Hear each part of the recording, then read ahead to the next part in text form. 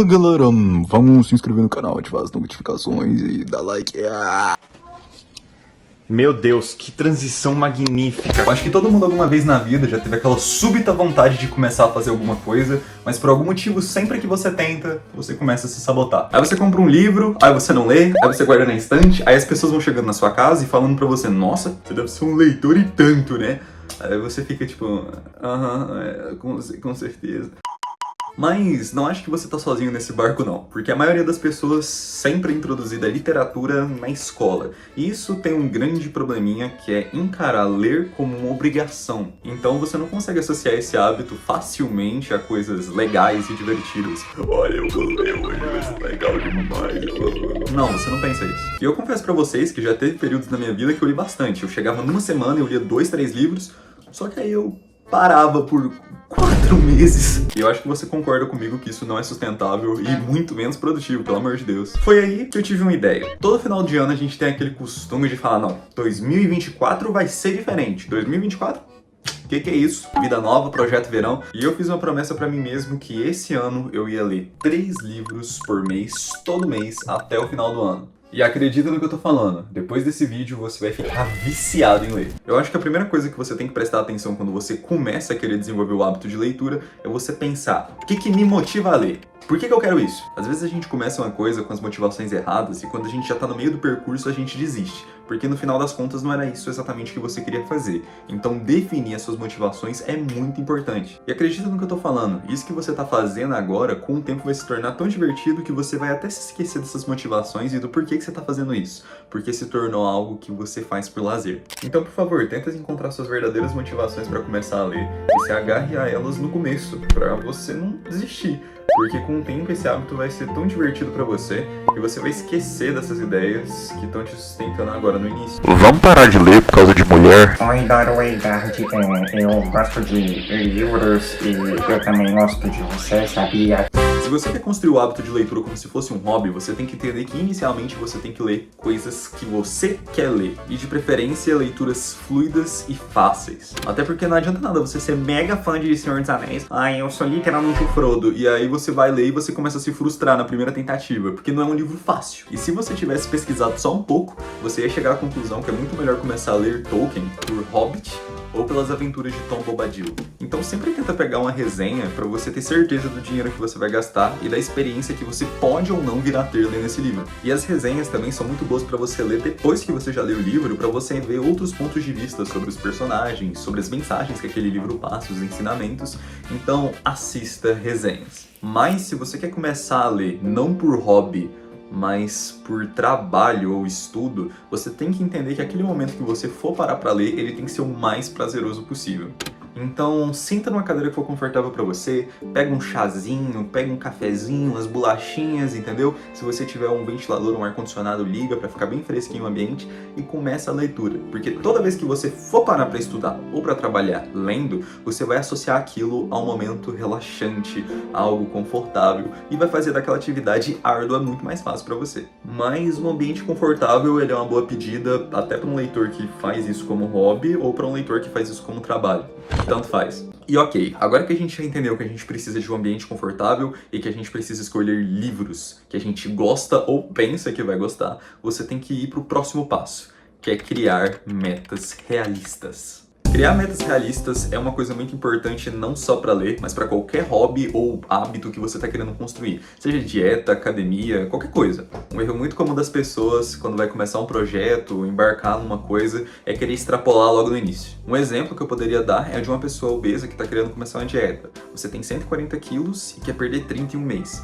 Você tá entendendo que a conta não bate? Isso não vai acontecer. E se acontecer, vai acontecer de uma forma que não seja saudável ou produtiva para o seu corpo. Porque tudo que é extremo é difícil de se manter. E se é difícil de se manter, é muito difícil se tornar um hábito. E como a gente já viu, a gente não quer ler 3, 4 livros e parar 6 meses. A gente quer ler nem que seja um livro por mês durante 6 meses. Então, criar metas realistas não é só uma forma de você não quebrar o compromisso que você fez, mas também de você realizar essas atividades de uma forma tranquila, relaxada. Mas tá bom, você deve estar pensando, o que é criar uma meta realista?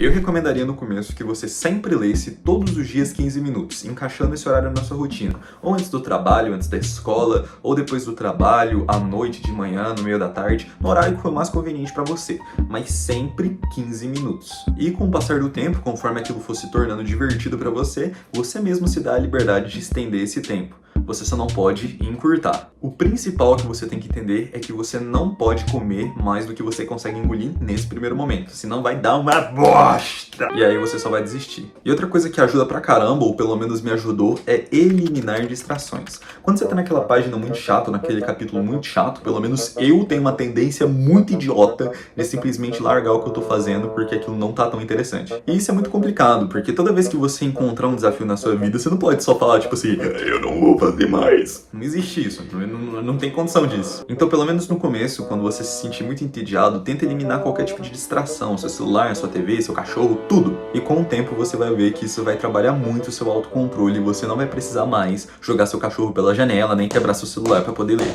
E agora, isso aqui você não pode esquecer. Você não pode esquecer disso aqui. Toda vez que você conquistar alguma coisa, que você realizar alguma atividade, você cumprir uma meta pequena, você tem que se parabenizar. É muito importante. O seu cérebro, ele funciona com recompensas. Então, toda vez que você fica feliz por ter realizado alguma coisa, tendo êxito, seu cérebro vai querer que você faça aquilo de novo. Porque toda vez que você faz aquilo bem feito, você fica muito feliz. Mas leitura também não precisa ser cobrança. Um dia que você falhar de ler esses 15 minutos, não tem problema. Você vai falar, poxa, hoje eu falhei, mas amanhã eu vou fazer melhor. Só que nos dias que você cumprir bonitinho, você tem que se parabenizar, porque você cumpriu com o compromisso que você estabeleceu. E agora vamos falar de técnica. Pô, técnica de leitura é só sentar e ler. Mano, realmente, tem um pouco disso, eu juro que tem um pouco disso. Sentar e ler, tem mesmo. É uma parte muito importante. Mas existem algumas dicas que talvez tornem a sua leitura mais produtiva e até mais divertida, na minha opinião, né? Uma coisa que me fez gostar muito mais de ler foi realizar um tipo de leitura que se chama leitura ativa, que é basicamente você realizar marcações e sublinhar várias linhas durante a leitura do livro. E acaba que essa ideia de fazer marcações me faz prestar muita atenção em cada palavra que está sendo escrita no livro. E pelo amor de Deus, me vem com aquele papinho de Ai, mas vai estragar o livro que não sei o que. calado! O livro é seu e ele tem que guardar suas experiências de leitura. Realizar marcações, escrever algumas coisinhas não significa que você não tem zelo com o seu livro. Pelo amor de Deus! Caraca, eu fiquei nervoso. Que isso fique bem claro na sua cabeça, seu bobão.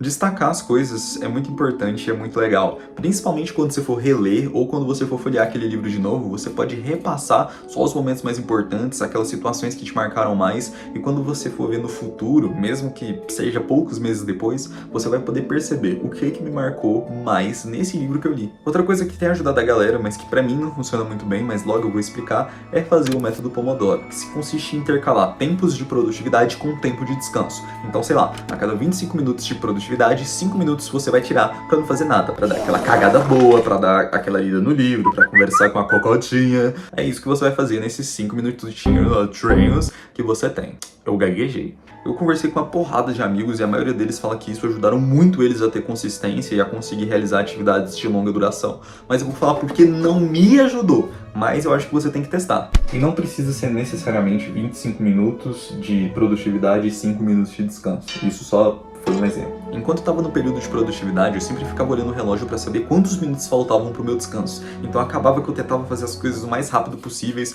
ou não fazia com um pouco de desleixo, pra poder chegar no momento de descanso e ficar sem peso na consciência. Então eu acabava fazendo tudo meio mal feito e aqueles 5 minutos pareciam 30 segundos porque eu tava muito ansioso pra eles. Então pra mim isso não funciona. Eu tenho que realizar uma atividade do início ao fim e quando eu estiver muito exausto, eu tiro um tempo pra descansar. E agora, antes de irmos para o último tópico, eu queria fazer uma observação. Criar um hábito de leitura independe do formato em que você está lendo. Então, ler quadrinhos e mangás não te faz menos do que um leitor convencional de livros. Eu já li mangás com uma enorme profundidade e densidade de personagens, assim como já li livros rasos e nada interessantes.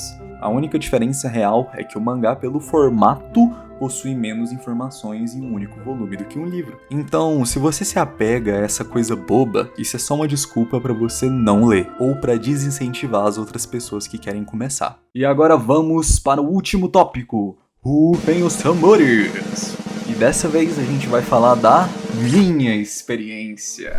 A minha experiência com leitura foi muito satisfatória. Eu praticamente fui muito além da minha meta. Eu queria ler 2 livros por mês e eu acabei lendo 8 e eu já tô no 3º. E a gente só tá no início de fevereiro.